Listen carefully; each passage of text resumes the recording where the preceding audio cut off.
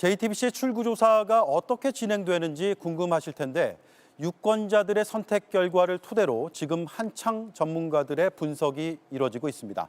최규진 기자가 전해드리겠습니다.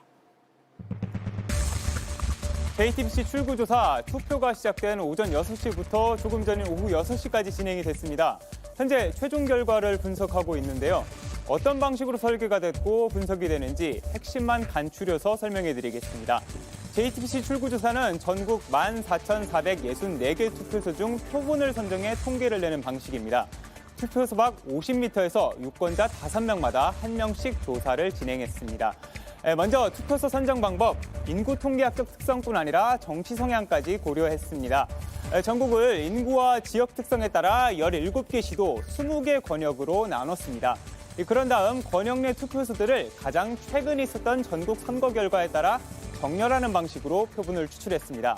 이때 지역별로 여야 중에서 득표율이 최종 선거 결과와 유사했던 정당을 각 기준으로 삼습니다. 자, 예를 들어서 서울 강북 지역을 한번 볼까요? 전체 투표소 1,125개입니다. 21대 총선에서 야당 득표율을 기준으로 만약 비례정당 투표 결과를 정렬해 본다면요. 야당이 가장 많은 표를 얻은 곳 중구 명동 제2투표소입니다. 투표율이 가장 적었던 곳은 노원 상계 8동 제4투표소고요. 통계학적 방법에 따라서 전체 투표소 1,125곳 가운데 만약에 12곳의 표본을 추출하기로 한다면 무작위로 순번을 정해서 투표소를 선택하게 됩니다. 이렇게 되면은 여야 득표율이 가장 높은 곳부터 낮은 곳까지 골고루 포함해서 권역 전체를 대표할 수 있는 표본 투표소가 선정이 되는 겁니다. 출구조사는 95%의 신뢰 수준의 오차 범위 플러스 마이너스 1.2%포인트인데요. 다만 변수가 있습니다. 바로 지난 4일과 5일에 이뤄진 사전투표입니다. 지난 19대 대선 사전투표율은 26%, 21대 총선은 조금 더 높았던 26.7%였습니다. 이번 20대 대선에선 36.9%까지 늘어나 역대 최대를 기록했는데요.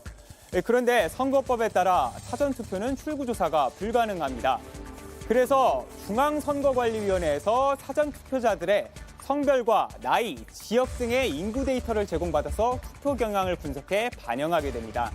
또 여론조사 공표 금지 기간에도 심층 여론조사를 통해서 막판 표심을 분석하기 위한 조사를 추가로 실시했는데요.